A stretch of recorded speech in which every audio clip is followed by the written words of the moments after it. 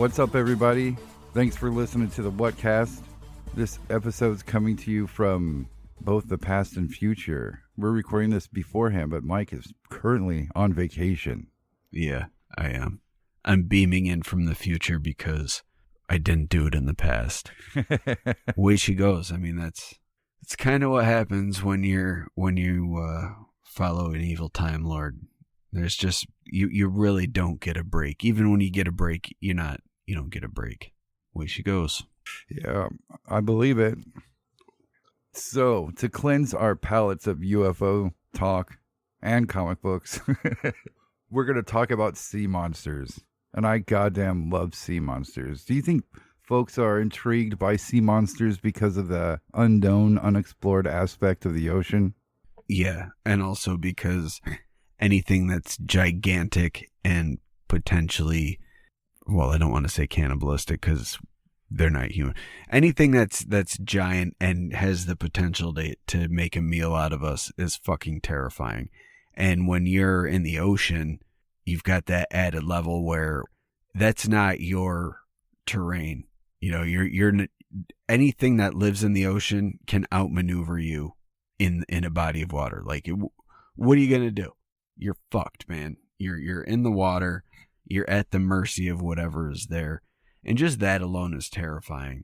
And then you add in the fact that it's a giant fucking monster that wants to eat you or maybe doesn't. And then the unknown on top of it, because that's not a shark. Like, getting eaten by a shark is scary enough. Getting eaten by an unknown monster, I don't know what that is. That's so fucking scary. Some unknown thing is feasting on me right now. Yeah, it could swallow you whole and you can be alive for fucking 2 to 3 days. Maybe. I don't know. And in my head the whole time I'm going to think, vindication, because here's some fucking real unknown creature feasting on me, but also there's no one that's going to know that there's a giant unknown monster feasting on me because I'm fucking getting eaten by it right now. No shit. You don't even get to see what fucking eats you. Yeah. But I'll know. I'll know, Mateo. Yeah, that's what trips me out about the ocean and sea cryptids or sea monsters. That I think people sugarcoat the element phrase too much. It's truly a different world to me. The life organisms that live down there operate completely different than anything on land. Their body structures, anatomy, the reproduction, everything is absolutely alien to humans. To me, the ocean is just as foreign as outer space. And anything that sets itself as home to creatures like this is bound to hide some monsters in there somewhere. I think did you hear about them discovering like a few, maybe 6 or 7 backbones of the new biggest snake species that's ever lived? Like it dwarfs the Titan boa. No. Yeah, dude, it's like 100 feet long and weighed as much as a T-Rex or something. What? Yeah. That's so scary and awesome. I put a post of it up on Instagram today. I'll send it to you so you can see it. They show you the bones and the drawing of what they can put together, how big it was. It's 100 feet long. That's so awesome. Fuck yeah. They're finding new stuff all over the place all the time. So I think the ocean hides many secrets just because of how vast it is and stuff, but I don't think we've discovered all the life there is to discover down there yet, and it's just such a weird place. I mean, you just being there threatens your life. You can't breathe there. It's like being in space. It's just as strange to me. Yeah, I mean, you go underwater without equipment, you don't stand a chance of survival. You willingly jump into a place where there's known predators. You willingly put yourself in the food chain. Like, that's just the way it goes. And, you should treat it with respect. It's true. That being said, I'm about to go fucking put a sea monster in a headlock and train it so that I can ride it. It'll be like fucking Beanie and Cecil. Do it. Oh, I will. I'll be the guy who fucking comes to land and starts cursing out people because they're making the ocean inhospitable for my sea monster friend. I'll be like I'll turn into the evil Aquaman and we'll just start eating everyone that pollutes the ocean. That's just the way it goes. That is a lovely plan. Yeah. So, be on the lookout for that. Watch the news. I'll be there. What's your thoughts on old seafarer stories? I mean, it could be as simple as creating something to talk about, or as tricky as trying to keep people away from a certain part of the ocean, blocking certain routes with stories of giant monsters. Yeah, for the most part, like those old-timey sea tales, I put on the same level as the Lumberwood stories. Right. My grandpa had a bunch of like aquatic bestiary books, like really old ones. Yes. Now that I that think shit's back, so awesome. yeah. Now that I think back, I don't know how he'd have like all these wood engraving images, and just even how they depicted animals they knew about. Like we covered a bestiary a while ago, and we talked about the oyster. It was nothing of what an oyster is, and we know these motherfuckers knew what an oyster was. That's how some of the whales are. It's like, no, that whale does not have a horn and like 6 fins. God damn it. 6 fins. No, that fish does not have giant googly eyes that extend from the middle of his back. I'm sorry, that's not the way it goes. Yeah. Well, I wanted to talk about a couple of the fucking weirdest sea creatures I've ever heard of. I'll be the judge of that. Well, before we do that, actually, Mike, what's the weirdest sea creature that you've heard of? That it could be one that we've covered, or what's your favorite type of sea creature stories? I like the ones that are like the classic sea serpent. Not the plesiosaur, not the dragon, but like the actual like big windy bodied, basically a fucking snake with a dragon head. I love that. Not that that's the weirdest, but those are my favorites for sure. Like all those old wood carvings with like a ship being wrapped up by a giant sea serpent. Yeah. Love that shit. Yeah, the name fits, they gave it that name for a reason. It's a serpent of the sea. Right. But I think just in terms of weirdness, I don't even think you need to look at mythical beasts to see some of the fucking weird shit. Like there's that squid. I can't remember what the name of the squid is, but it's that squid that looks like a fucking alien with big dangly tentacle arms, but they're like wicked skinny, and the tentacles are super skinny, and that looks all creepy. Yeah, it has like almost looks like a little poles that stick out around it with those long. Yeah, and those things can go like 30 feet or something. Yeah. So creepy. And then the moa, the giant sunfish. Dude, those things are creepy. They're so fucking weird. Like, how does that even work? Like, just the way they're shaped. They're shaped like Bullet Bill with a fin. It's so fucking weird. And then anglerfish with the big fucking nasty teeth and the little like dangly light bulb thing. Yeah, dude. So much creepy shit in these are all things that are real. Like this isn't myth. This isn't legend. We're not talking conspiracy. This is real shit that's so fucking creepy. And it seems like the deeper we go, the weirder shit gets. Yep.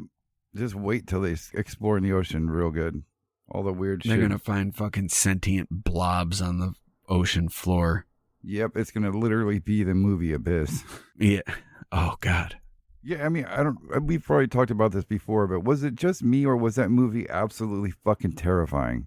I don't really remember it being terrifying. I mean, it was, I guess, unnerving, but I don't remember it being like super. Granted, it's probably been 20 plus years since I've seen it last, but right. It's probably my aversion to water and the ocean.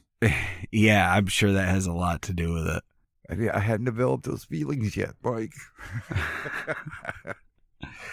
There's some fucking like 46 meters down. Or 47 meters. I don't remember what the fuck it's called. The one with Mandy Moore. Have you seen that one? No, not if it had Mandy Moore in it. You would fucking hate it. It's so. God. It would be so scary for you. It's about these girls go on a shark diving thing, and they're in the shark cage, and the cable on the cage breaks and they sink to the bottom of the ocean, which is 46 or 40, whatever, however many meters down, 40 something meters under the water. So it's deep enough where even if they get out, they wouldn't be able to swim all the way to the top, because then they'd get the bends, which could kill them, and they get nitrogen poisoning in their brain. So even if they're swimming up, they'd have to stop. And then because the waters were chummed, the sharks are all on the lookout now for food, because they were chumming the waters to bring the sharks in. And the whole movie, with the exception of like the first 10 minutes, takes place with them underwater trying to figure out how they can get back to the surface before, one, they run out of air, and two, get eaten by sharks. Yeah, fuck all that. Yeah, it's so fucking good though. And then there's a sequel that is about fucking cave divers that go diving in caves in the ocean. And so then you've got the claustrophobia of being stuck in a cave while also being in underwater. So, extra awesomeness. Fuck that. No way. I'm super claustrophobic. Dude, I don't know. I for some reason I thought my MRI for my back and my leg would go different. Like I've had MRIs done with a different machine where they just focused on an area. And I don't know why I assumed that. So before I went and got my MRI, I watched like an hour of like caving disaster videos. And I get there and they're like, yeah, go in this tube. And I was like, I'm not going in there. Yeah. How about no? Yeah. That's fucking, yeah. Yeah. I hear you, man. They laid me down on there, and like my daughter, she had one done, and she was like, it's hella far from your face. It's okay. And I laid on that table, and they rolled it down. I was like, oh, yeah, I'm not as small as her. Like, my nose was touching the top of that thing, and I was like, get me out right now. Get me out. And they ended up like, giving me a blindfold and me just panicking the whole time in silence. Yeah, when I had my exploding knee, I had to do one, but luckily my head was out, so it wasn't a big deal. But the thing that got me was when they tell you don't move, because if you move, it'll mess up the thing and we'll have to start over again. So then I'm like, anytime like my foot twitches or something, like, oh my God, was that too much? Did I move too much? And then of course, like you get itches, like I've got to scratch my leg. And yeah, fuck that. That she said, if you move too much, we'll have to redo it. And I was like, that's not happening, so I'm not moving. Yeah, so fuck caves. But we're going to start with, I'm going to save the weirdest one for the end, but we're going to start with the Carnival Cruise Monster. Oh, shit. This sounds like the SCP Mariana Trench thing. Oh, wow. Very damn well could be. This could be the inspiration for it, honestly, after you hear this. Let's go. All right. Author Max Hawthorne received an email that began a correspondence with a man named Paul, who said that he was a worker on a Carnival cruise ship. You've been on a cruise ship, right, Mike? Yeah, it wasn't Carnival, though. I don't remember what it was. How was that experience? I mean, did you spend a lot of time looking in the water, or were you busy? I had a really good time when I went. It was close to 20 years ago now when I went. So, pre-COVID and all that, so I don't know what it's like now. But when I went before, it was pretty awesome. Like, you just fucking... I did spend a lot of time... Cause we were fortunate enough to have nice weather, so I did spend a lot of time outside, like, looking at the water and hanging out on the deck. And you could just get drinks and walk around with it, so it wasn't... I spent a lot of it pretty inebriated. Yeah. But I had a good time. I got to eat really good food, drink your alcohol wherever, and there was a jazz band that played every night, so I had fun watching that. Hell yeah. And then we made a few stops. I tried to get over my fear of the ocean and went snorkeling for the first time in 30 feet of water. And like when I first jumped in, I almost had a panic attack because I looked down and like, I'm afraid of heights. So like if I was 30 feet up in the air and I looked down, that would be like unbelievably high for me. Like that would be almost too much. And, I also have a healthy fear of the ocean. So being on the surface of the water and looking down and seeing, because the water was so clear, I was able to actually see the ocean floor 30 feet below me. And I just had this moment where I kind of just completely, my brain just frizzled and I had a bit of a panic attack for a minute. But then I realized I'm in the fucking ocean, and panicking is only going to lead to a bad time. So I calmed down and ended up having a really good time. That's cool, though. But I can understand looking down in water so clear you can see the floor, and that tripping you out. My brother, for his honeymoon a long time ago, went to a tropical location, and he mentioned that he just being on a boat and looking down, and it was like more of like being on top of a building. Yeah, it's weird. And the other kind of surreal thing was it was right after a hurricane, so there was like a lot of debris on the ocean floor. There was an actual utility pole that was in the ocean, so that kind of sucked too. Whoa, that's weird. That's pretty eerie and ominous. Yeah, it wasn't cool.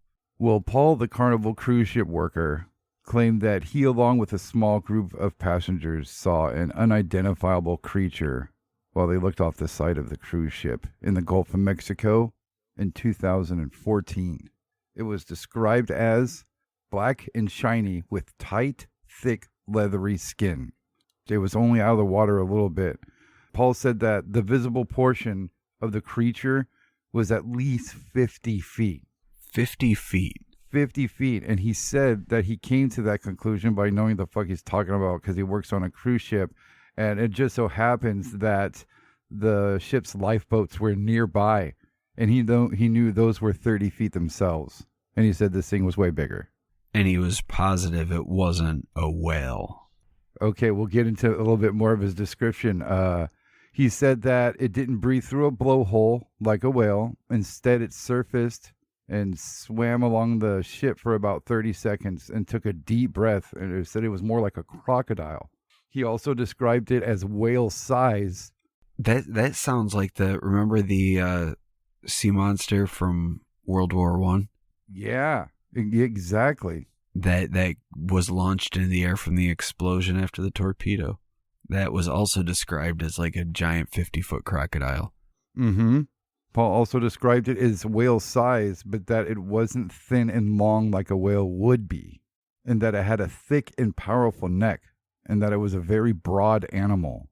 Now, there's an article I found written by Max Hawthorne where he pretty much details and shows all the correspondence between him and Paul. And they go into it, man. There's tons of sketches on there, comparison photos, several different sketches of what he saw. Other people, artists reading his account and drawing what they could make out of his description. But it's strange that it didn't have a blowhole. I guess that means it's like mammalian. In the article, Hawthorne states that there are modern mosasaurus sightings, and that in those sightings, they're described as being 100 to 120 feet long. A like if this was a mosasaur, that would make sense why it was described as being crocodile-like, because it has a long toothed snout. You know, it's more narrow than a alligator or crocodile would be, but I could see how they would draw the comparison. Right, and just the size. Let me see. I want to send you the article, Mike, just so you can see some of the pictures real quick, because you'll get them. I think the 50-foot size thing makes anybody who sees the pictures think mosasaurs, but I'll send it to you. Let me see. All right, I just sent it to you, and then there's a few pictures. It's literally the article is literally a script.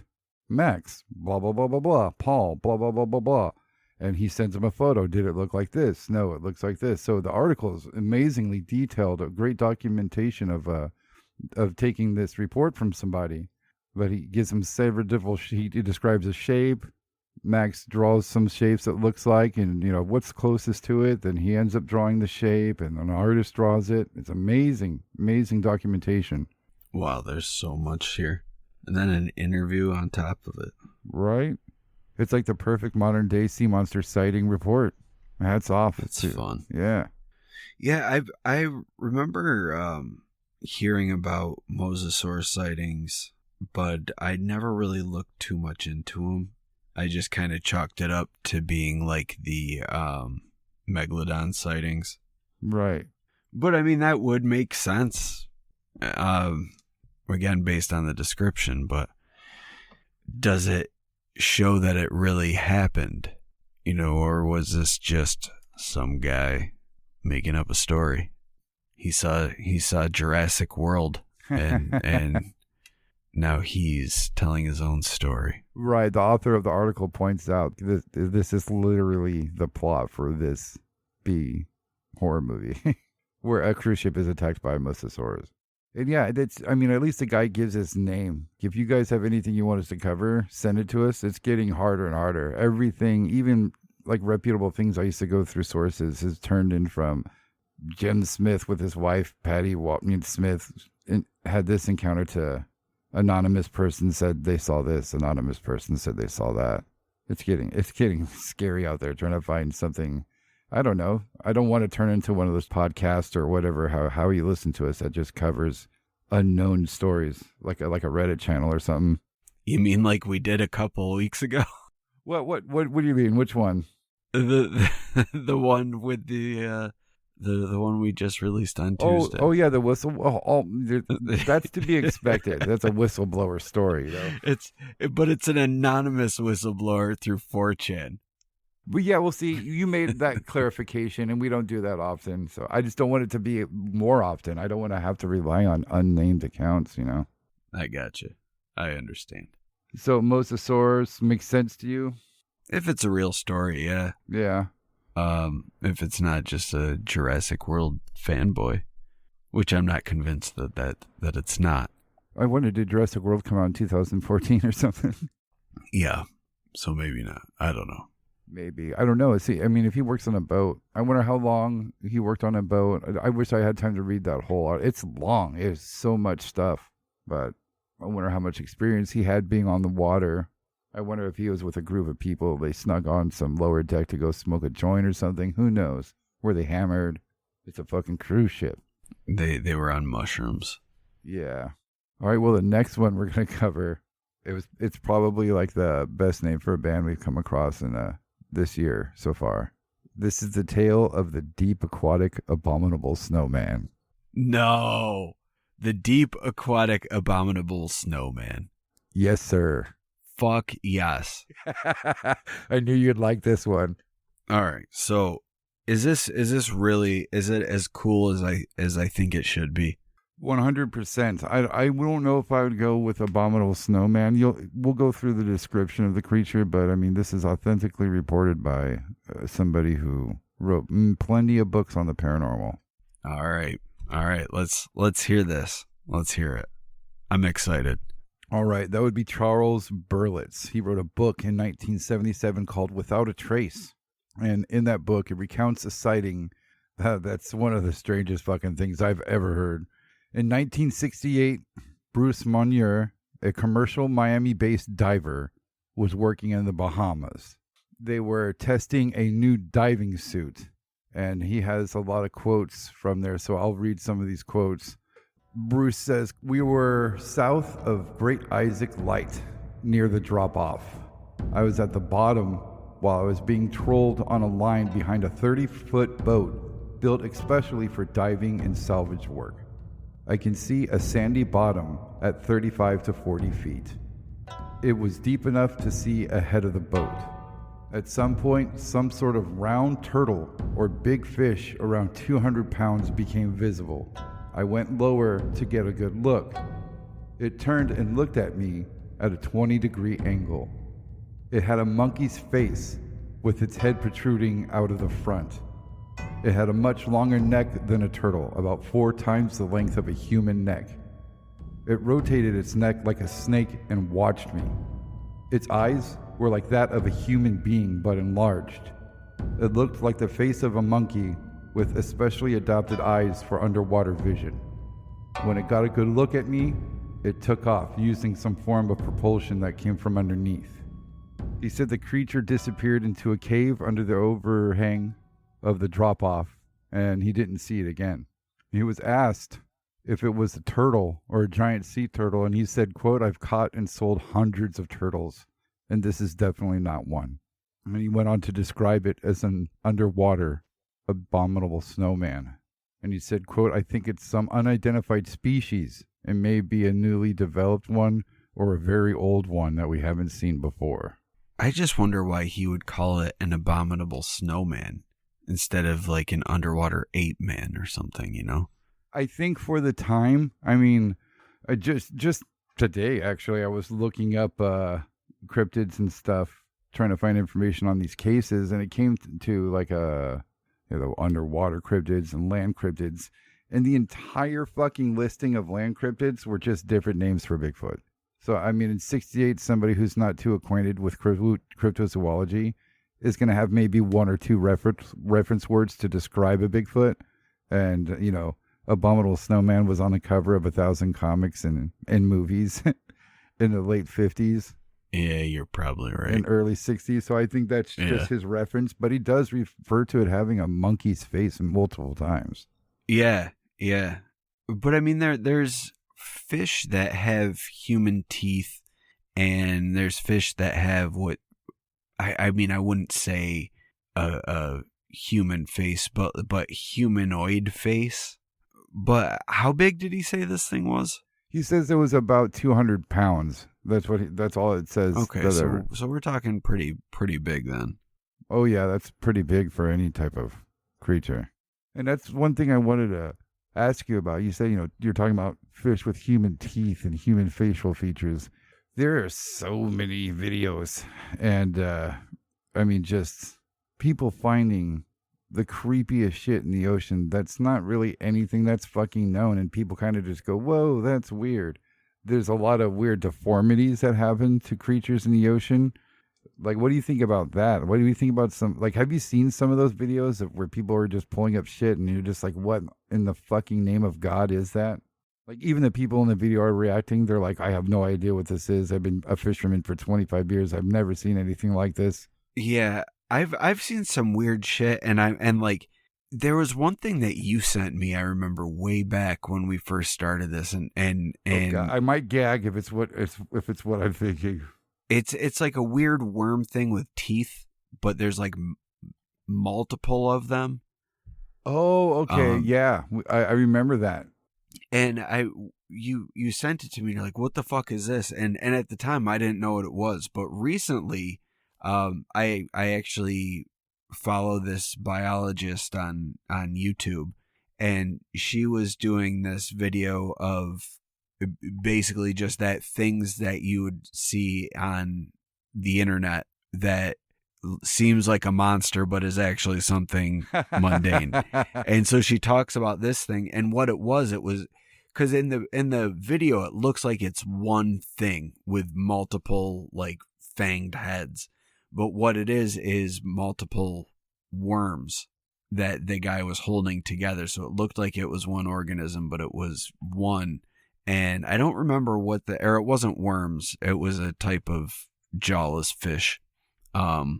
And I can't remember the details about it, but I remember as soon as I saw it, I'm like, "Oh my God, I remember when Mateo sent me this, and it was so fucking creepy, and I had no idea what it was." And there it is, and now I've forgotten what it is again, and I do not want to try to dig through YouTube to find it. So, sorry guys. You can leave a negative comment on iTunes about how I talk about things and then say I forgot, because that's what I do. Or how we don't cite our sources, and then you can leave a review to where we do cite our sources and then say we did a shitty job on the episode anyway because we didn't use a correct source. Yeah. So you can't make everybody happy. So, if we make you happy, then thank you. I'm glad that we could do that for you. If we don't make you happy, then just instead don't listen to us. That's easy to just turn it off. Yeah, don't let us get you upset, buddy. Yeah. I mean, granted, we did do a Trump banishing ritual on the show, but in my defense, I was trying to train warrior wizards, and that was an example. Yeah, that wasn't. We just reported that there was a Trump. Yeah, banishing. I did recite the ritual. I did not perform the ritual though. Yeah, So yeah. it was merely for educational purposes only. It was not to. I mean, we all know where my political affiliations lie. My affiliations align with the world's going to fall apart no matter who our president is. So, Well, that's why I need to back evil time traveling Barack Obama. When everything fails, who better than a Time Lord to get us out of it? You know, come on, it makes perfect sense. yeah, Join us. people are just going to be hesitant because he happens to be a former U.S. president. That's just coincidental, you know. It's not, you know. Yeah, but the thing is, this version of him exists both before and after. He lives in a loophole. It's true. He's all knowing. Yeah. He's like, no, I came before him, but also after him. But how does that work? Don't fucking worry about it. I'm the new president, baby. I'm the forever president. I'm the president of the universe. He's gonna turn into Skeletor. Fuck He-Man. So this author mentioning that there's other modern plesiosaur sightings. Oh yeah, I forgot we're talking about sea monsters. God damn it. It was, at least it wasn't comic books. Although Yeah. a lot of you sent in At pictures. least it wasn't comic books. Yeah. A lot you're of you sent in your comic book collection. Thank you very much for doing so. That was so fun. Did they really? Yeah, I got quite a few on Instagram. It was great, and Twitter. Oh man, I need to get fucking social media or something. I probably won't, but hearing stuff like that makes me want to. I want to see people's collections. Yeah, it's so fun. Yeah, I really need to document mine and take some pictures. Again, I probably won't, but I should. But I was kind of surprised to hear about modern day mosasaurus sightings. Like you said, I consider it like megalodon sightings. Like, sure, okay. I mean, there's a lot of interesting stuff to consider when you read up on the black demon giant shark in Mexico, the Gulf of Mexico, because it's been seen for so long. So, and maybe there's some misidentification going on or something. But does that surprise you to hear about modern day mosasaurus sightings? That's not something I've heard of. I mean, honestly, it's something that I only started hearing about after Jurassic World came out. Interesting. I wonder if everybody went and researched. Has there been mosasaur sightings before? Yeah, probably. That's why I kind of equated them to the megalodon thing, just because they started coming out when around the movie came out, and I mean, the image of a giant sea beast eating a great white shark, which can get up to 20 feet long, is pretty awesome. It's a very cool visual, and it makes for a good story. So why not start claiming to see these things in the ocean when, who knows, a lot of it could be spawned just from ignorant people seeing a whale that they've never seen and like, oh my god, it's a mosasaur. Right. But see, there's the floodgates too. An anonymous reported this on this website. Anonymous person reported that on this website. If you're not sure, you know, everybody's got a camera in their pocket. Take a picture. Your picture will tell more than you can. That's absolutely true. But most of those pictures are going to come back just looking like a fucking dark shape in the water. Right. We need everybody wants a super soldier. We need like a super dolphin man like they started back in, what was that, the 90s? The dolphin soldier guy? Oh yeah. Or the Brazilian were-dolphins. Yeah, we need them. Remember those? That was an early episode. We need them to get to work on finding sea monsters. I want sea monster human hybrids by the year 2030. Screw fucking hoverboards. Sea monster human hybrids. That's the wave of the future, people. Yeah, we got to make a plan that will sell it to the government like they're the future of the safety of our seas. Yeah. And then inevitably they'll turn against us and we'll become second-class citizens because we can't compete with sea monster human hybrids because they're the best of both worlds. Now, the ocean is a place we can't keep our eye on as easily as we can with like Google Maps and stuff. You know, it's the ocean. They could just be repeating the same like 5 miles by 5 miles images and posting that. Who knows?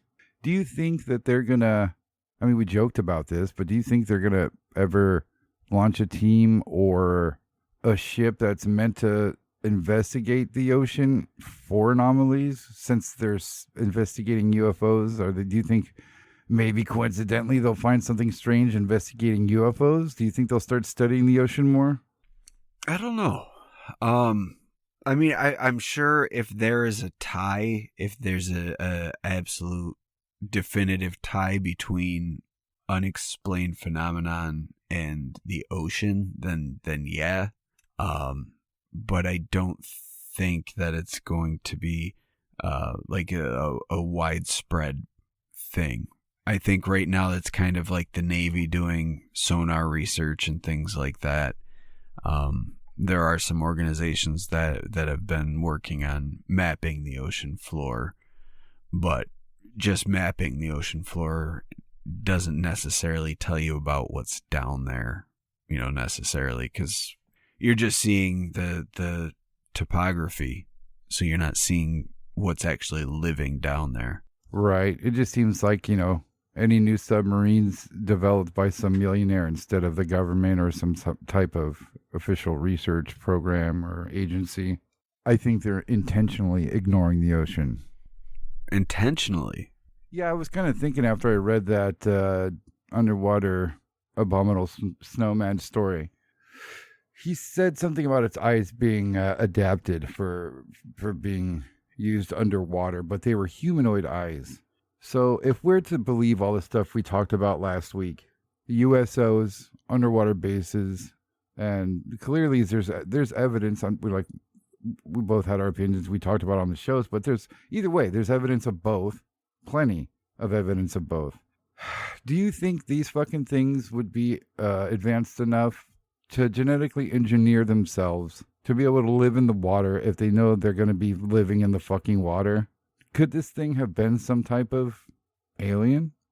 Oh my God. Did you just go full Giorgio on me, Mateo? Was this abominable sea man? Is it some otherworldly beast? Fuck it. Yeah. Why not? It could be an alien. It went into a cave. I bet if they fucking went to the surface. It's an alien cave. Yeah. It's an aquatic. No, what he did, he ran into one of the deep ones, and that's the entrance of really, yeah. And if he had gone any deeper, he would have awoken Cthulhu and destroyed doom would have fallen upon the world. Well, I mean, if this dude would have went back up to the surface and they gathered like 50 other dudes to put on suits and pursued it, do you think like a UFO would have shot out of it and it would have busted out of the surface of the ocean and took off? No, I don't think that, but I want to have that be my reality. That's the world that I want to live in. I mean, there's plenty of footage of that happening. I wonder what would happen if they explored that shelf, the caves on that overhang there. Why don't they explore the ocean? Why can't they send down a little drone to where that shit is in where was it, in California, where that place with the columns we talked about? The alien the Catalina Island alien base. That's it. Maybe they do. Maybe it's like the fucking guy said, and when they have they get too close, whatever gets too close just gets fucking destroyed. Right. Just blasted. There's no way to be able to see or tell, underwater like that. Yeah. And he said it was like instantaneous, like you're there and then you're just vaporized. They just destroy you completely. It's an energy beam from that alien base. Yeah, dude. Hardcore shit. Thank you for listening to the Whatcast. You can find us on Twitter, Instagram, Facebook, iTunes, and YouTube. Enjoy the podcast. Get yourself a Whatcast t-shirt or a sticker pack. Who was that dude on that one episode? try the links in Homie's page. All this and more can be found at www.thewhatcasters.com. Thanks again for listening and have a great week.